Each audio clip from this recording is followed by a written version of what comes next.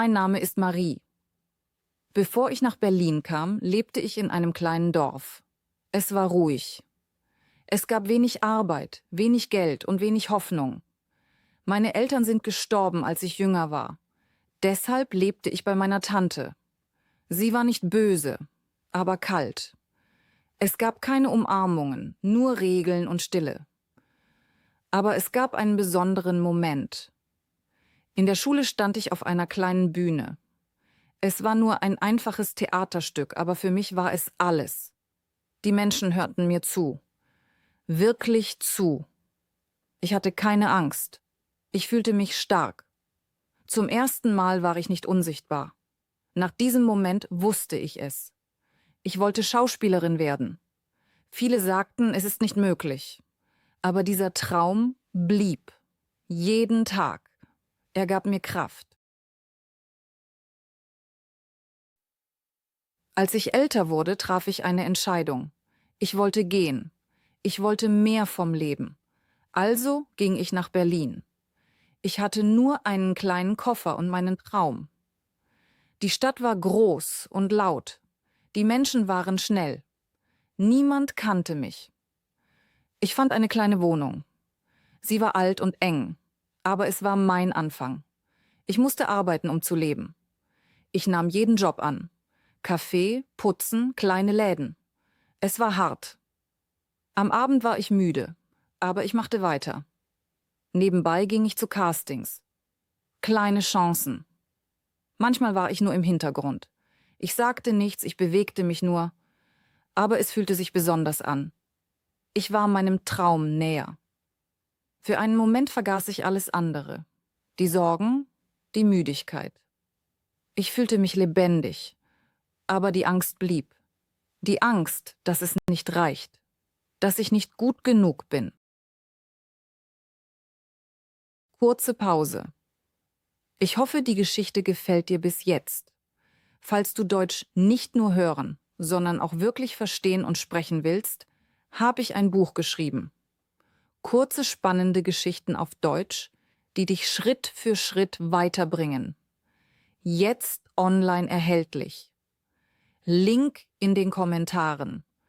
Und jetzt weiter mit der Geschichte. Viel Spaß! Ich ging zu vielen Castings. Ich lernte Texte, übte vor dem Spiegel und gab mein Bestes. Jedes Mal. Aber die Antwort war immer gleich. Nein. Manchmal direkt, manchmal später. Aber immer nein. Sie sagten, ich sei zu jung oder nicht passend. Am Anfang dachte ich, es ist normal.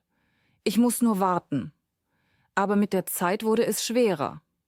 Mit jedem Nein wurde ich leiser. Ich zweifelte an mir.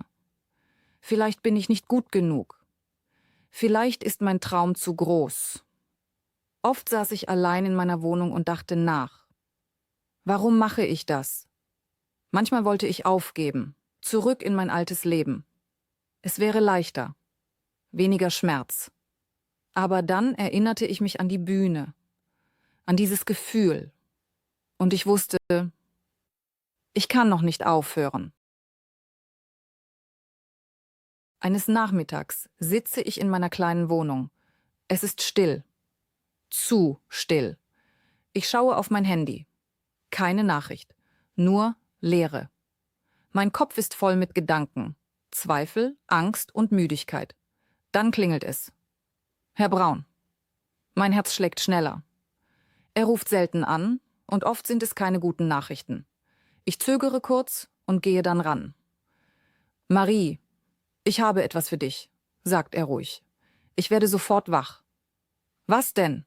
Frage ich. Es ist kein normaler Job, sagt er. Ein reicher Mann sucht eine junge Schauspielerin. Ich verstehe nicht sofort. Für einen Film? Nein, sagt er. Eine private Rolle. Diese Worte fühlen sich seltsam an. Er sucht eine Ehefrau. Ich bin still. Und er zahlt sehr gut. Ich schaue durch meine kleine Wohnung. Alles wirkt plötzlich noch enger. Wie viel? Frage ich leise. Er nennt eine sehr große Summe im Monat. Mein Atem wird schwer. So viel Geld habe ich noch nie gehört. In meinem Kopf kämpfen Angst und Hoffnung. Was ist das für ein Leben? Aber ich denke auch an meine Situation, an die vielen Absagen, an die leeren Tage. Du musst nicht Ja sagen, sagt er. Aber es ist eine Chance. Chance. Dieses Wort bleibt.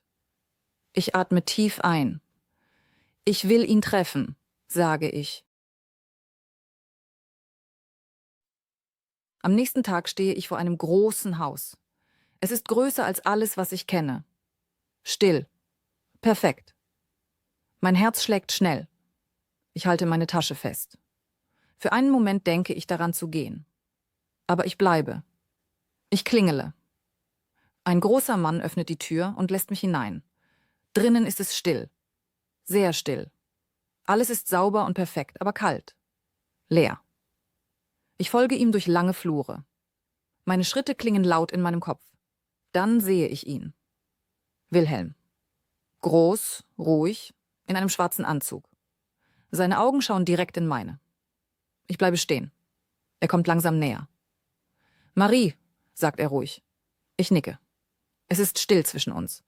Dann zeigt er auf einen Stuhl. Ich setze mich. Er beobachtet mich genau, nicht unfreundlich, aber auch nicht warm. Einfach ruhig. Kontrolliert. Ich weiß nicht, was ich fühlen soll. Wilhelm setzt sich mir gegenüber. Seine Bewegungen sind langsam und genau. Ich werde direkt sprechen, sagt er. Ich nicke. Mein Herz schlägt schnell. Ich suche keine Schauspielerin, sagt er. Ich suche eine Ehefrau. Ich werde still. Eine Ehefrau? Frage ich leise. Er nickt. Warum ich? Er denkt kurz nach. Sie sind ruhig, sagt er. Und Sie stellen nicht viele Fragen. Seine Worte fühlen sich kalt an. Ich brauche eine Frau an meiner Seite, sagt er weiter. Sie müssen nicht viel tun, nur da sein. Ich spüre, wie sich etwas in mir zusammenzieht. Das ist kein echtes Leben. Und das Geld? Er nennt wieder diese große Summe im Monat. Dazu ein Haus, Kleidung, Sicherheit.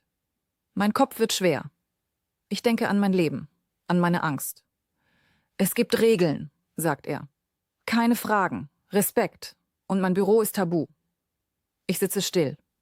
In mir ist Chaos. Das ist nicht mein Traum. Aber es ist ein Ausweg. Sie haben Zeit bis morgen, sagt er. Ich nicke und gehe. Draußen atme ich tief ein. Aber meine Gedanken bleiben laut. In dieser Nacht sitze ich in meiner kleinen Wohnung. Es ist still, wie immer. Aber heute fühlt sich die Stille schwer an. Ich schaue durch den Raum. Alles ist gleich, aber ich sehe es anders. Ich denke an das große Haus, an Wilhelm, an sein Angebot. Ein Leben ohne Sorgen. Kein Stress, kein Hunger. Für einen Moment wirkt es wie ein Traum, ein einfacher Weg. Aber dann denke ich an mich, an mein Dorf, an die stillen Abende, an das Gefühl, nicht gesehen zu werden und dann an die Bühne. An diesen einen Moment. Frei. Lebendig. Mein Traum war nie Geld. Ich wollte fühlen. Ich wollte leben. Ich lege mich hin, aber ich kann nicht schlafen. Meine Gedanken drehen sich. Sicherheit oder Freiheit. Ich gehe zum Fenster. Die Stadt ist wach. Menschen gehen vorbei. Jeder lebt sein Leben. Und ich muss entscheiden. Ich habe Angst. Aber ich weiß auch, dass ich so nicht weitermachen kann. Langsam wird ein Gedanke klar. Vielleicht ist es meine Chance. Am Morgen bin ich noch wach. Müde, aber sicher. Ich nehme mein Handy. Ich mache es, sage ich leise. Alles geht schnell. Zu schnell. Wenige Tage später stehe ich in einem großen Raum. Ich trage ein weißes Kleid. Es ist schön, aber ich fühle nichts. Neben mir steht Wilhelm. Ruhig wie immer. Die Menschen sind leise. Niemand, den ich kenne. Die Worte werden gesprochen, aber sie fühlen sich weit weg an. Als wäre ich nicht wirklich hier. Dann ist es vorbei. Wir sind verheiratet.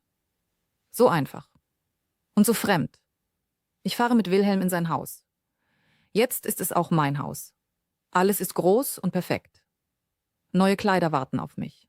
Schmuck, schöne Dinge. Ich sehe mich im Spiegel. Ich sehe gut aus, aber ich erkenne mich nicht. Ich gehe durch die Räume. Alles ist still. Zu still. Ich dachte, ich würde glücklich sein. Aber ich spüre nichts. Nur eine Frage. Habe ich das Richtige getan? Die Tage sind ruhig. Und sie bleiben ruhig. Jeden Morgen wache ich in einem großen Bett auf. Alles ist sauber. Alles ist perfekt. Aber es fühlt sich nicht wie mein Leben an. Wilhelm ist selten da. Wenn er da ist, spricht er kaum. Seine Stimme ist ruhig, aber kalt. Wir essen manchmal zusammen. An einem großen Tisch. Zu groß für uns beide. Wir sprechen nicht. Nur Stille. Dann geht er wieder. Ich bleibe allein. Ich gehe durch das Haus. Lange Flure, leise Schritte. Alles ist schön, aber leer. Niemand lacht. Niemand spricht. Ich habe Geld, Kleidung, Sicherheit. Aber ich habe kein Gefühl. Keine Nähe. Keine Liebe. Nachts liege ich wach und höre nur meinen Atem. Ich denke an mein altes Leben. Es war schwer, aber echt. Dieses Leben ist leicht, aber leer. Und jeden Tag wächst dieses Gefühl in mir. Eine Leere, die nicht mehr verschwindet. Mit der Zeit merke ich, dass dieses Haus voller Regeln ist. Regeln, die niemand laut sagt, aber die immer da sind. Eine Regel kenne ich genau. Ich darf Wilhelms Büro nicht betreten. Die Tür ist immer geschlossen. Jedes Mal, wenn ich daran vorbeigehe, spüre ich Neugier und Angst. Warum ist diese Tür so wichtig? Ich frage nicht. Ich habe gelernt, still zu sein. Wilhelm ist ruhig, aber manchmal schaut er mich lange an. Zu lange. Einmal nennt er meinen Lieblingsfilm. Ich habe ihm nie davon erzählt. Ein anderes Mal spricht er über meine Kindheit. Mein Herz schlägt schneller. Woher weiß er das alles? Ich frage nicht, aber meine Gedanken werden lauter. Dieses Haus ist nicht nur still. Es hat Geheimnisse. Und ich bin ein Teil davon. Eines Abends gehen wir zu einer Feier. Ich trage ein schönes Kleid. Alles wirkt perfekt. Das Haus ist groß, voller Menschen. Musik, Stimmen, Lichter. Es ist laut, aber ich fühle mich allein. Ich stehe neben Wilhelm, lächle und sage Hallo. Ich spiele meine Rolle. Die perfekte Ehefrau. Ruhig. Ohne Fragen. Die Menschen schauen mich an. Einige lächeln, andere flüstern. Ich weiß nicht, was sie denken. Ich gehe durch den Raum und sehe Paare, die lachen und sich kennen. Für einen Moment frage ich mich, wie sich das anfühlt, wirklich da zu sein. Ich lächle weiter. Aber innerlich ist alles leer. Ich stehe allein, als eine Frau zu mir kommt. Ihr Blick ist stark. »Du bist Marie«, sagt sie. Ich nicke. Ich bin Jennifer. Ich war einmal mit Wilhelm verheiratet. Mein Herz schlägt schneller. Ich wusste nichts davon. Sie lächelt leicht, aber nicht freundlich. »Er hat dich also auch gewählt«, sagt sie leise. »Was meinst du?«, frage ich. »Wilhelm heiratet nicht aus Liebe«, sagt sie ruhig. »Er hat einen Grund.« Mein Herz schlägt schneller. »Welchen?«, sie macht eine Pause. »Das Geld. 1 Jahr Ehe. Mehr braucht er nicht.« Ich bin still. Wenn er 1 Jahr verheiratet bleibt, bekommt er alles. Wenn nicht, geht es an seinen Sohn. Ihre Worte bleiben in meinem Kopf. Schwer und klar. »Und ich?«, frage ich leise. Sie schaut mich direkt an. »Du bist nur ein Teil davon.« Ich spüre, wie etwas in mir bricht. Ich will widersprechen, aber ich kann nicht. »Pass auf dich auf«, sagt sie leise. Dann geht sie. Ich bleibe stehen. Die Musik ist laut, aber ich höre nur einen Satz. 1 Jahr. Nur 1 Jahr. Nach der Feier sehe ich ihn zum ersten Mal.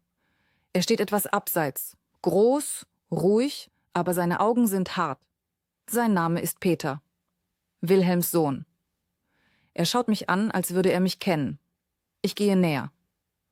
Du bist also Marie, sagt er kalt. Ich nicke. Er lacht kurz. Genau so habe ich es erwartet. Mein Herz schlägt schneller.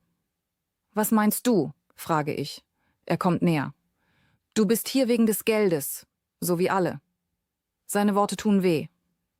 Das stimmt nicht, sage ich leise. Er sieht mich lange an. Für einen Moment ist da mehr als Wut. Schmerz. Du weißt nicht, worin du bist, sagt er leiser. Mein Vater ist nicht, wie du denkst. Ich will antworten, aber er geht schon. Ich bleibe zurück. Verwirrt. Danach sehe ich Peter öfter. Am Anfang streiten wir nur. Er sagt harte Dinge, ich versuche mich zu erklären. Du bleibst wegen Geld, sagt er. Ich hatte keine Wahl, sage ich leise. Er schaut mich länger an. Jeder hat eine Wahl, sagt er ruhig. Diese Worte bleiben. Mit der Zeit ändern sich unsere Gespräche. Sie werden ruhiger. Er stellt Fragen über mein Leben. Ich antworte vorsichtig. Ich weiß nicht warum, aber ich vertraue ihm etwas. Eines Abends sitzen wir im Garten. Es ist still. Zum ersten Mal streiten wir nicht. Warum bist du hier? Fragt er. Ich denke nach. Weil ich Angst hatte, sage ich ehrlich. Er sagt nichts, aber er hört zu. Wirklich zu. Die Stille fühlt sich anders an. Nicht kalt. Vielleicht Vertrauen. Die Tage im Haus bleiben still. Ich gehe oft durch die langen Flure. Alles ist groß, aber ich fühle mich klein. Manchmal sehe ich Frau Schneider, die Haushälterin. Sie ist ruhig und beobachtet viel. Sie fühlen sich nicht wohl hier, sagt sie einmal. Ich bin überrascht. Warum? Frage ich. Man sieht es, sagt sie nur. Ihre Worte bleiben. An einem anderen Tag fragt sie, haben Sie alles gesehen? Fast alles, sage ich. Sie hält kurz inne. Nicht alles, sagt sie leise und geht. Ich bleibe stehen. Mein Blick geht zur Bürotür. Immer wieder gibt es kleine Hinweise, kleine Sätze. Ich spüre es. Dieses Haus hat Geheimnisse. Die Tür zum Büro ist immer da. Still. Geschlossen. Jeden Tag gehe ich daran vorbei und jeden Tag denke ich daran. Was ist dort drin? Warum darf ich nicht hinein? Am Anfang habe ich versucht, nicht daran zu denken. Ich wollte die Regeln respektieren. Ich wollte alles richtig machen. Aber jetzt ist es anders. Jetzt weiß ich, dass es Geheimnisse gibt. Jetzt weiß ich, dass nicht alles stimmt. Mein Kopf wird voller Fragen. Nachts liege ich im Bett und denke daran. An Jennifer. An ihre Worte. An Peter. An seinen Blick. Und immer wieder an diese Tür. Mein Herz schlägt schneller, wenn ich daran vorbeigehe. Einmal bleibe ich stehen. Nur für einen Moment. Ich schaue auf den Griff. Meine Hand bewegt sich leicht. Dann ziehe ich sie zurück. Noch nicht, denke ich. Noch nicht. Aber ich weiß. Dieser Moment wird kommen. Und wenn er kommt, wird sich alles ändern. Die Tür lässt mich nicht los. Jeden Tag denke ich daran. Jeden Tag wird der Gedanke stärker. Eines Abends ist das Haus stiller als sonst. Wilhelm ist nicht da. Ich weiß es. Ich spüre es. Frau Schneider ist im hinteren Teil des Hauses. Die Flure sind leer.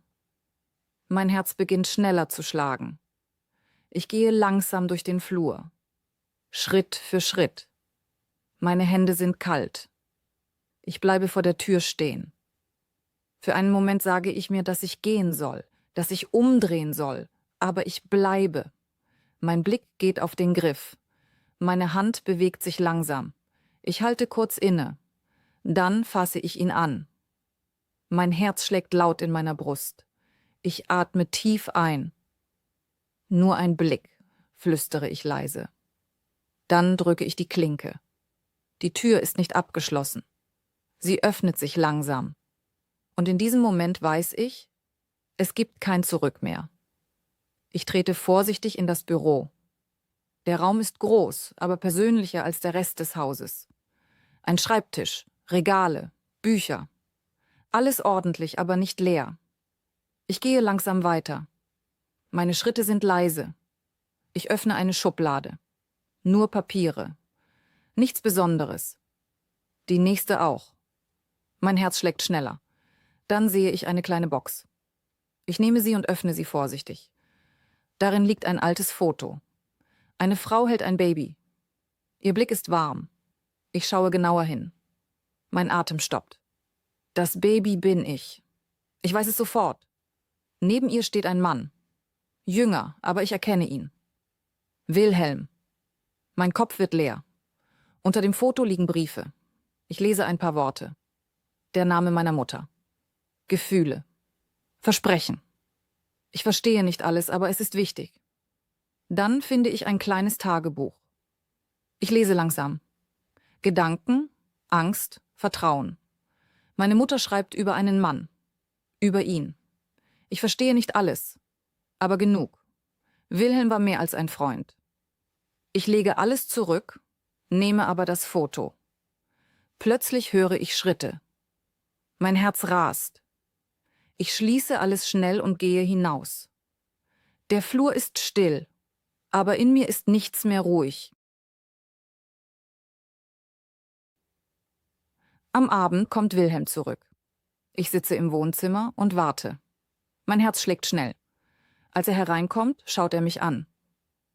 »Du bist wach«, sagt er ruhig. Ich stehe auf. »Ich muss dich etwas fragen«, sage ich leise. Ich hole das Foto heraus. Meine Hand zittert. »Was ist das?« Er sagt nichts. Er schaut lange auf das Bild.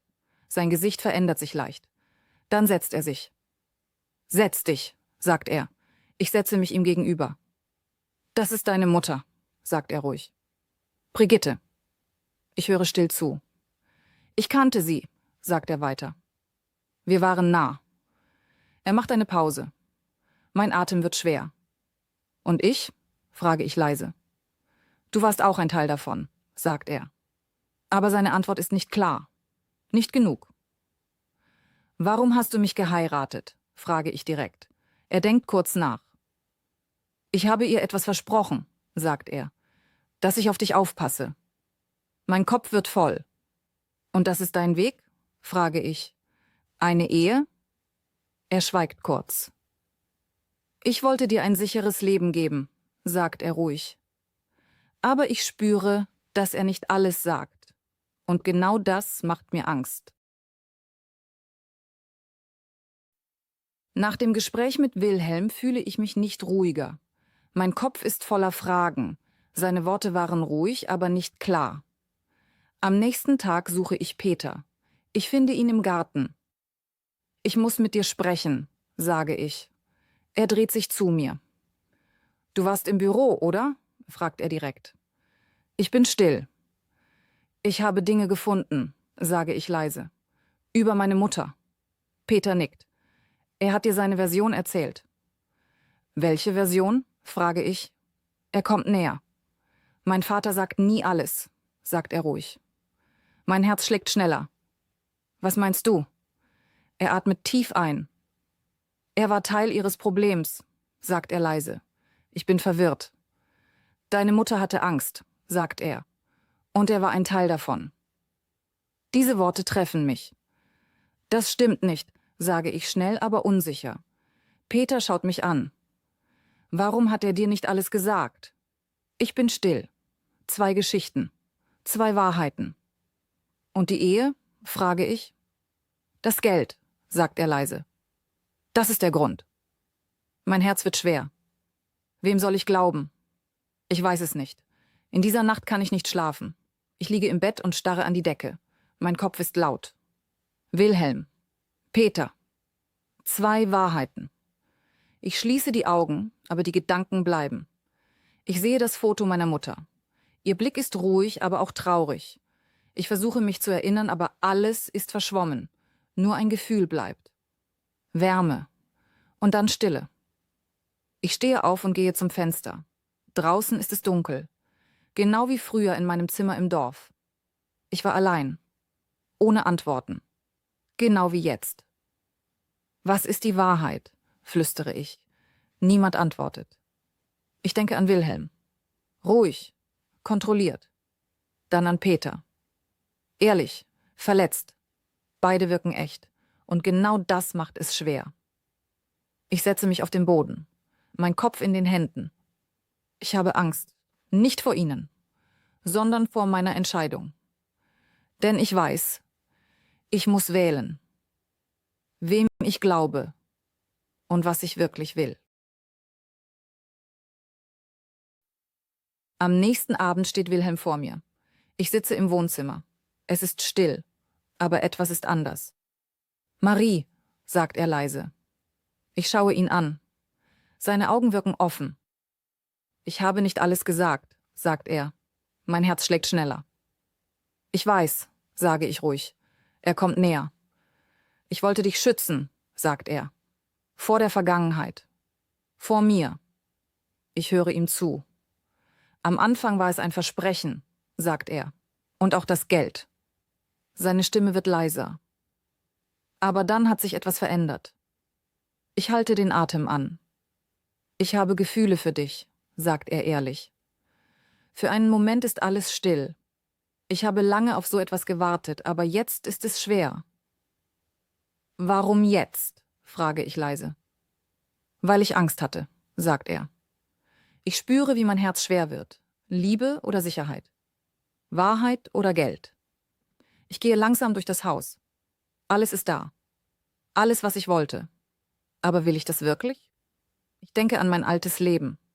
Es war schwer, aber ehrlich. Ich denke an mich. Was will ich wirklich? Kein Geld, kein großes Haus. Ich will ein echtes Leben, echte Gefühle. Ich atme tief ein. Die Antwort ist da. Leise, aber klar. Ich gehe ins Wohnzimmer. Der Kamin brennt ruhig. Ich halte den Vertrag in meiner Hand. Er fühlt sich schwer an. Wilhelm steht ein paar Schritte entfernt. Er sagt nichts. Ich schaue auf das Papier. Auf dieses Leben. Und auf das, was ich verloren habe. Für einen Moment schließe ich die Augen. Dann öffne ich sie wieder. Ich kann das nicht mehr, sage ich leise. Meine Stimme ist ruhig, aber stark. Ich gehe näher zum Feuer. Kurz zögere ich, dann lasse ich das Papier los. Es fällt in die Flammen und beginnt zu brennen. Die Worte verschwinden langsam. Ich schaue zu, bis nur noch Asche bleibt. Mein Herz fühlt sich leicht an. Zum ersten Mal. Ich drehe mich zu Wilhelm. Wenn ich bleibe, dann nicht wegen Geld, sage ich ruhig, sondern weil ich es will.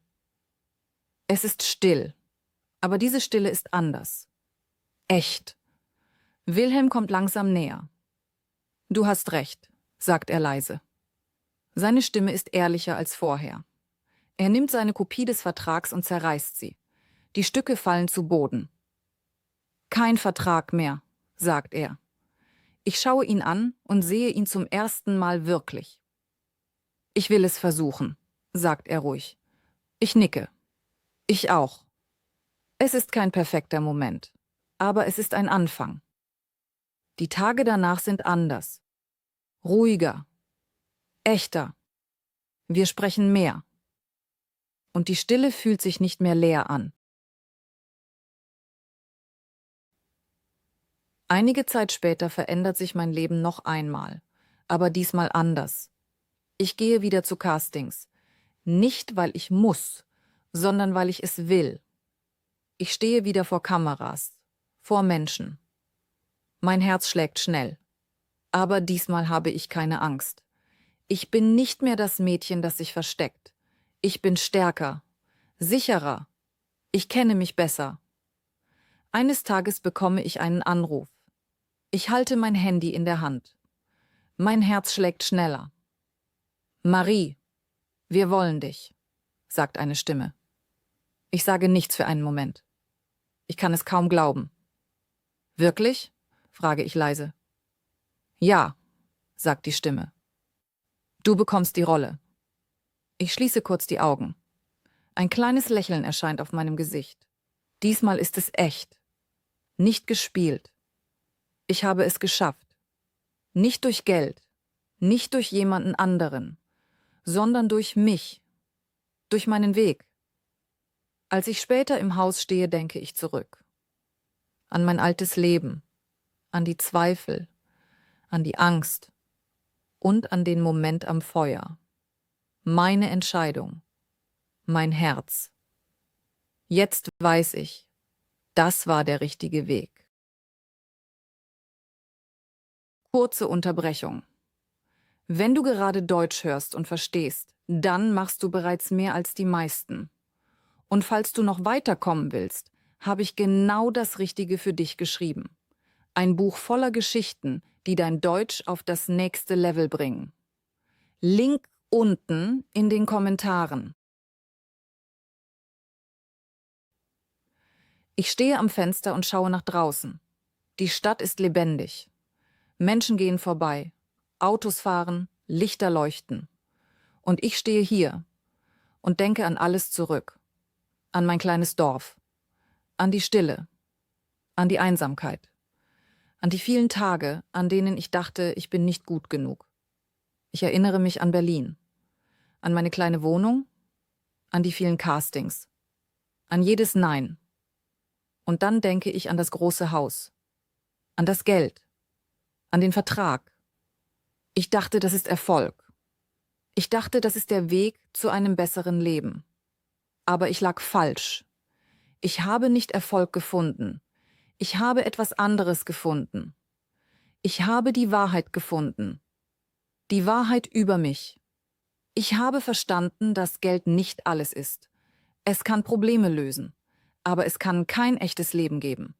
Kein echtes Gefühl. Kein echtes Glück. Glück kommt von innen, von Entscheidungen, von Mut, von Ehrlichkeit. Ich denke an den Moment am Feuer, an den Vertrag, der verbrannt ist.